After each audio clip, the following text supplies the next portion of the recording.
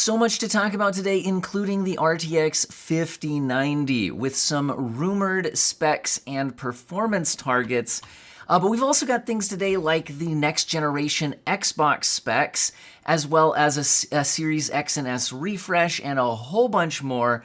But let's start with this 5090 stuff. So this videocards.com article is based on a leak from the Chip Hell forums. We'll talk a bit about that in a second.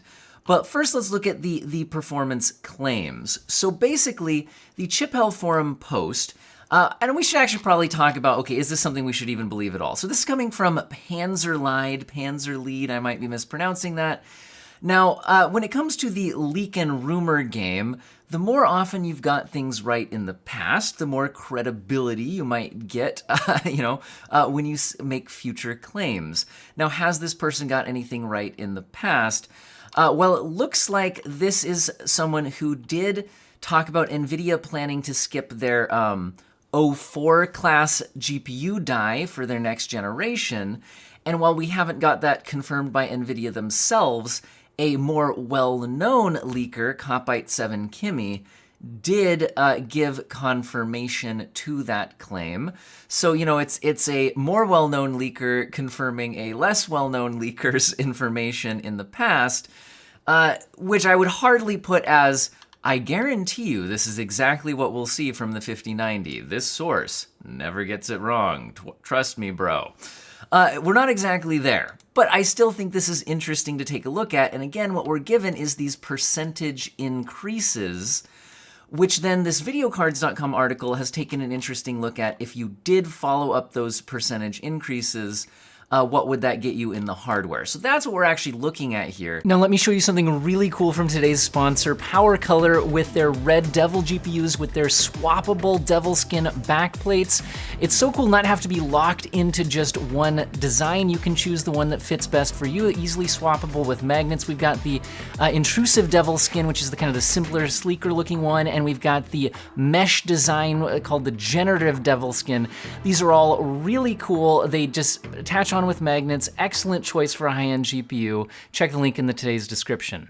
But in general, the biggest number is percentage improvement. Now, improvement wasn't specified.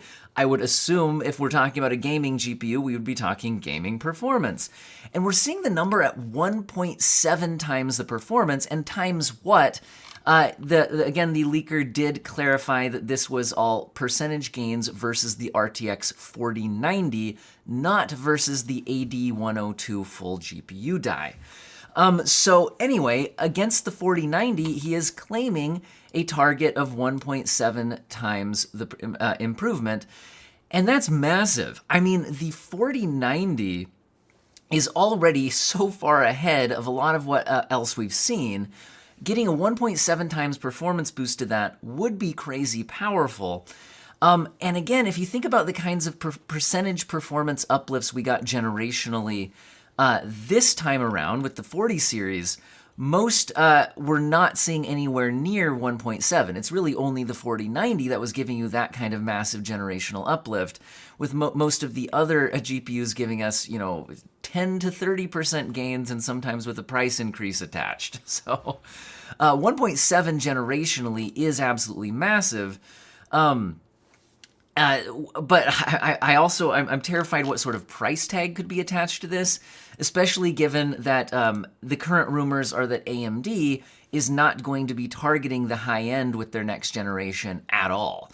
So NVIDIA would be unlikely to have downward pricing pressure from anything on this GPU, with just nothing else in the market competing against it. And if it's 1.7 times the performance of the 4090, you'd struggle.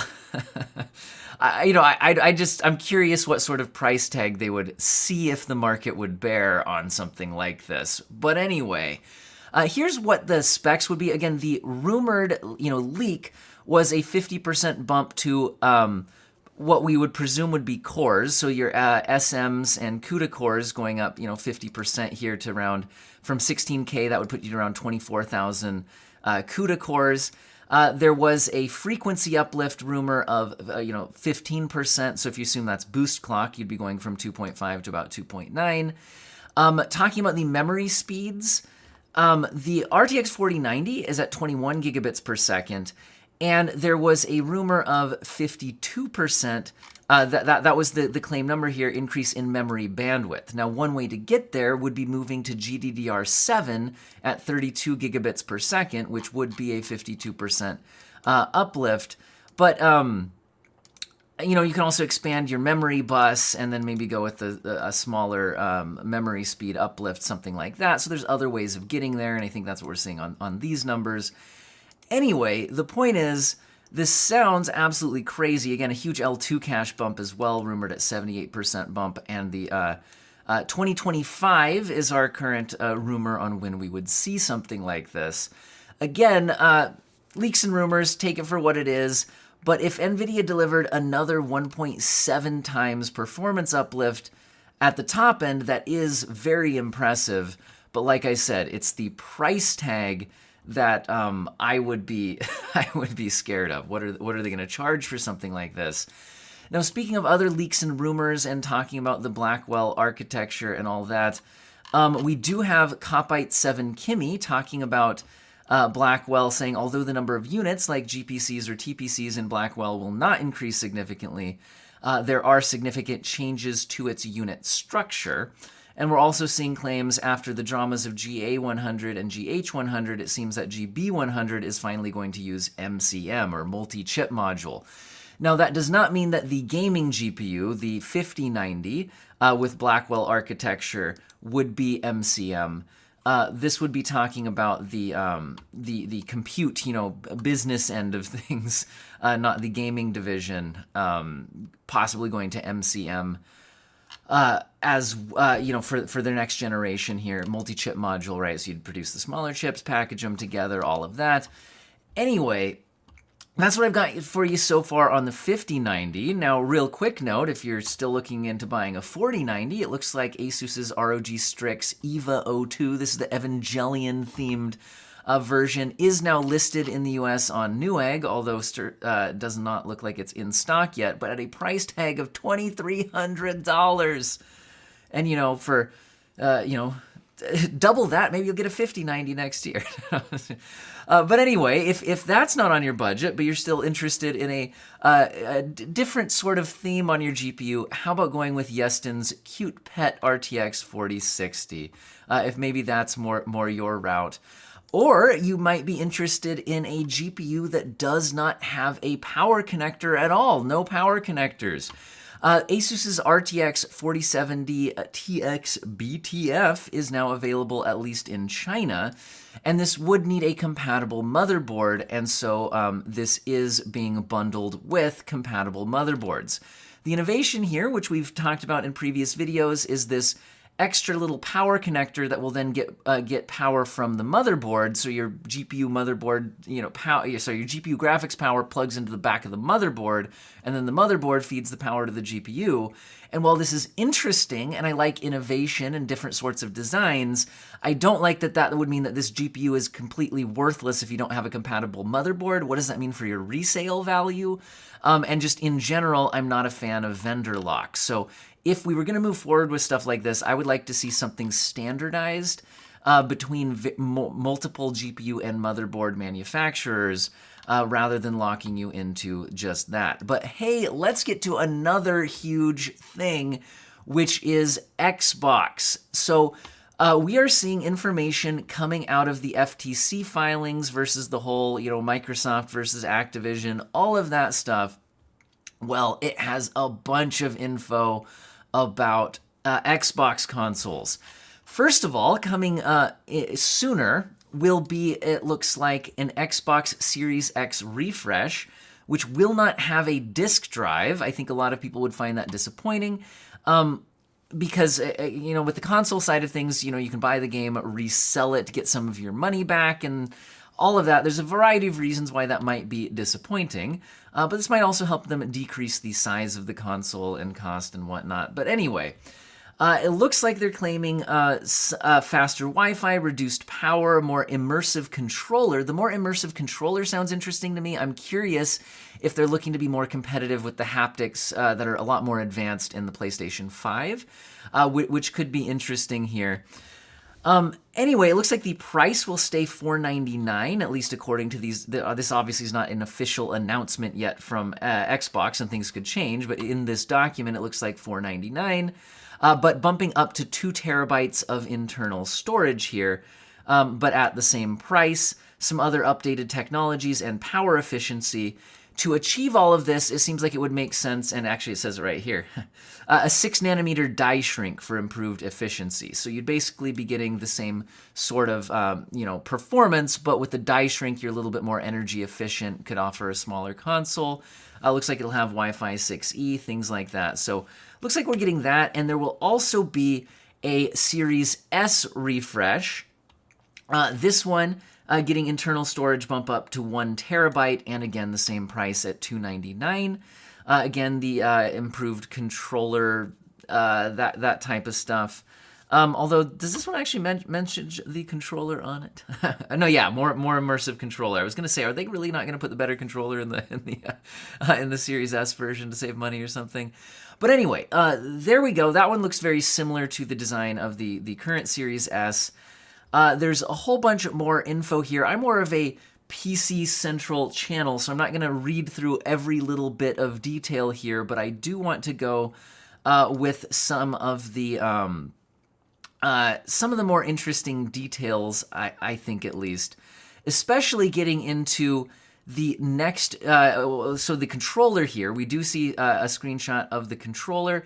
Again, they're claiming more immersive. It also looks like mentioning some pop-out rechargeable and swappable batteries, things like that. So I'll be interested to see what comes of this. I do like the haptics on the PS5 controller a lot, so if they could better compete with that, that's certainly interesting. But again, we also have some look into the next generation of Xbox. So the next generation of Xbox looks like they're still making some decisions on whether to go with an AMD Zen 6 architecture, an x64 Zen 6 architecture, or whether to go with ARM64 on the CPU, and that decision is still being made. And it looks like the CPU looks like it could have a balance of big and little CPU cores, which could be interesting from, that would certainly be interesting from, power efficiency and maybe operating system stuff offloaded to, the little cores while you have your big gaming cores. Could be cool stuff. The GPU looks like they're looking to co-design with AMD or license AMD IP, meaning are you going to work with AMD on designing something more custom or just license the Navi 5 architecture, which again would be a couple generations ahead of where we're at now. Right now we're on Navi 3, next gen Navi 4, then Navi 5 coming in here. And I wonder if that would tie into whether they were going with the Zen 6 CPU. Maybe if they were going with that, you could, co-design and get something a little bit more custom versus going with ARM and then just licensing something from AMD there on that. Have to see how that goes. One thing that I think is really interesting here is the graphics innovation. Next-gen DX ray tracing, dynamic global illumination, micro-polygon rendering optimizations, machine learning-based super resolution, an extensibility model for faster iteration and innovation. But anyway, this is interesting because they're also saying NPU, a neural processing unit, balancing the desire for flexible, programmable machine learning silicon versus high-performance silicon for targeted workloads. So this is really interesting again because again they're mentioning machine learning based super resolution. So what's unclear here is, are they getting this neural processing unit through AMD? Is this part of the Navi 5 stuff? Is that going to be an AMD technology, or are they going to have their own neural processing unit somehow that's separate than that? But again, they're combining this with machine learning based super resolution. So it looks like there's a target of something more like DLSS versus our current FSR2 stuff, higher quality upscaling. I think that would do worlds for console gaming, which are often rendering at pretty low resolutions and trying to do an aggressive upscale to 4K. So that is certainly a big deal. I think somewhere else in one of these slides, we also see mention of frame interpolation. So some kind of, frame generation type. Here it is in this slide here. So next generation gaming powered by AI and machine learning, game performance, super resolution deep neural network, frame rate interpolation, cloud latency compensation, a lot of cool stuff going on here.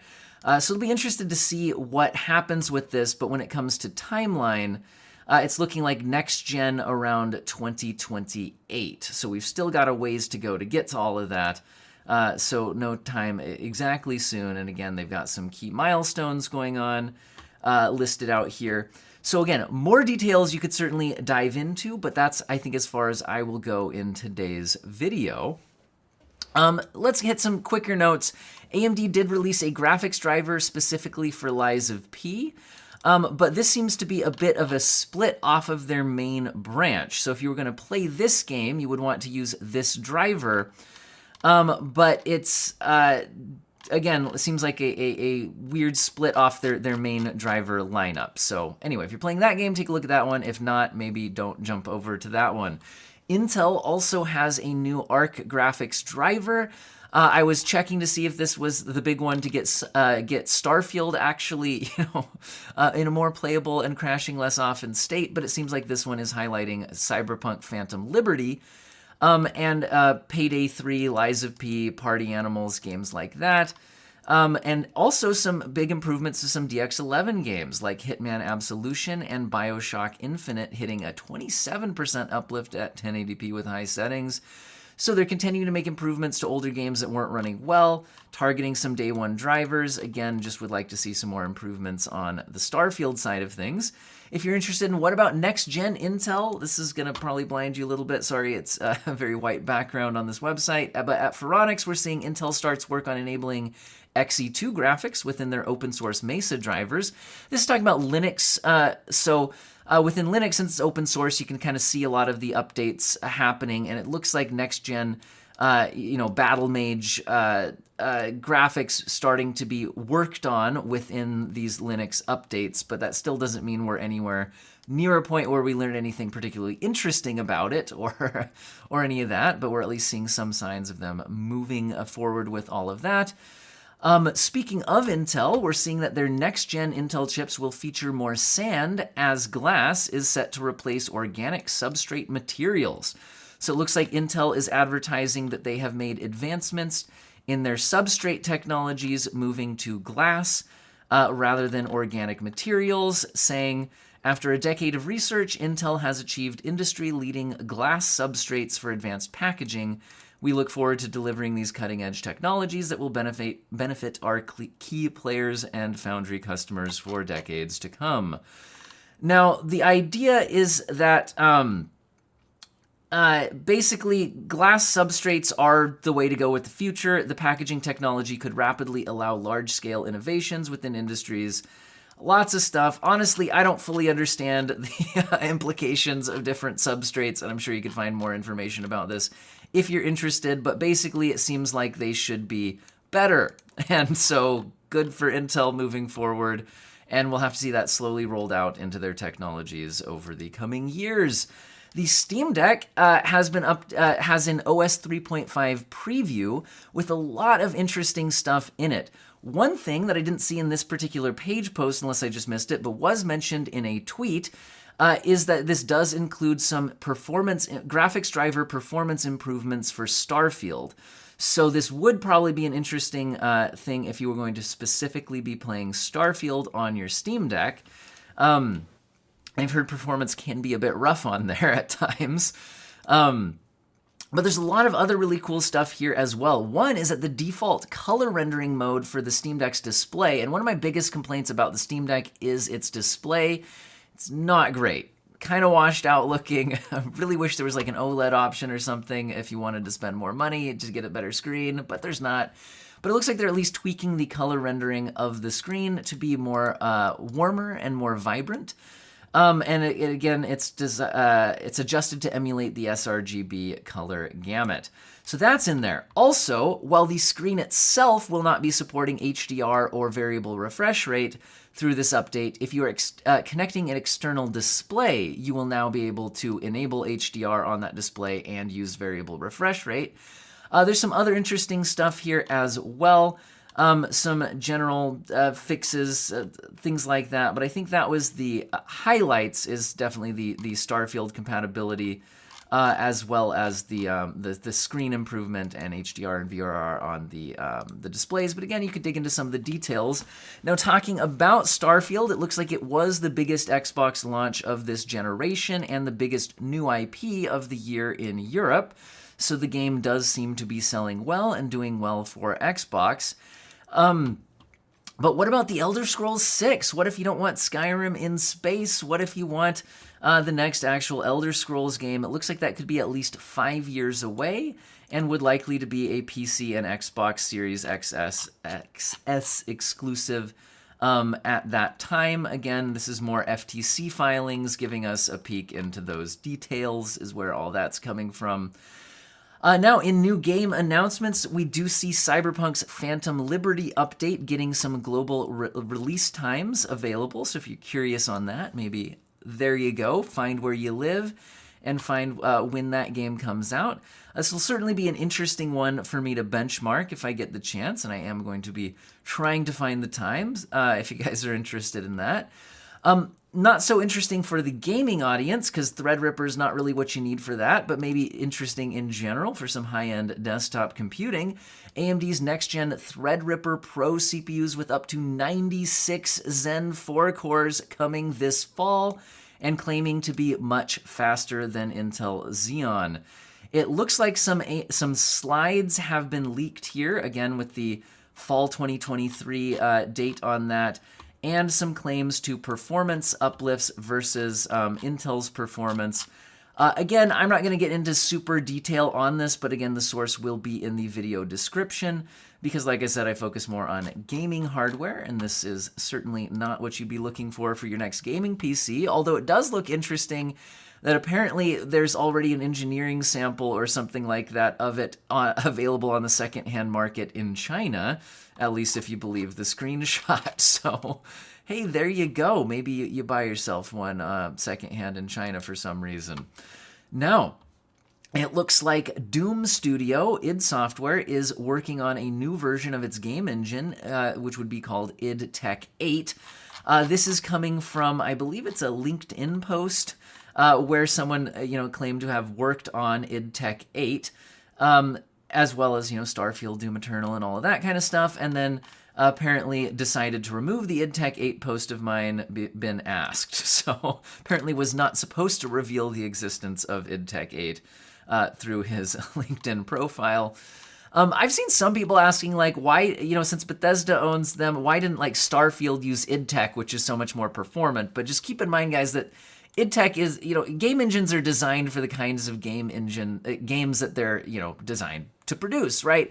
id Tech is super performant for the Doom games, but that doesn't mean it has the tools and can support the kind of world and systems that Starfield's designed around. I'm not trying to excuse Starfield. I'm just saying I don't think it would have made sense for them to hop over to id Tech. I'd seen some comments on that on my asking about that on one of my Starfield things. But anyway, we're also seeing Activision was apparently briefed on Nintendo Switch 2 last year. And we'd already seen some information about this through the FTC filings, but apparently now we're getting access to some of the details of an internal email talking about this, saying that its performance will actually probably align pretty closely to the PS4 or Xbox One. It says, here's some of the actual email quotes. Given the closer alignment to Gen 8 platforms in terms of performance and our previous offerings on PS4, Xbox One, it is reasonable to assume we could make something compelling for the next generation Switch as well. It would be helpful to secure early access to development hardware prototypes and prove that out nice and early. And again, more information coming from the FTC filings and all of that. But again, there's a lot of speculation going on right now about how powerful is the next generation Switch. But again, I think we'll still have to kind of wait and see what what the games actually look like when they come out on the thing, because Switch games honestly look and run a lot better than you would assume when you actually look at the hardware specs that a Switch 1 is running on. So we'll see what they're able to do with the Switch 2 hardware. I'm pretty interested and think they can probably do some pretty crazy cool stuff. But also, temper expectations. Speaking of handheld gaming, though, Asus's ROG Ally handheld with the less powerful, non-extreme Z1 APU is now available at $599. I've got to be honest with how pared back the specs are, which you can see here in this videocards.com article, versus the full Z1 Extreme implementation and even the Steam Deck, coming in at, just saving you $100. Personally seems not worth it to me. You're going down to 4 compute units on the GPU instead of 12 compute units, in addition to losing a couple of cores on your CPU.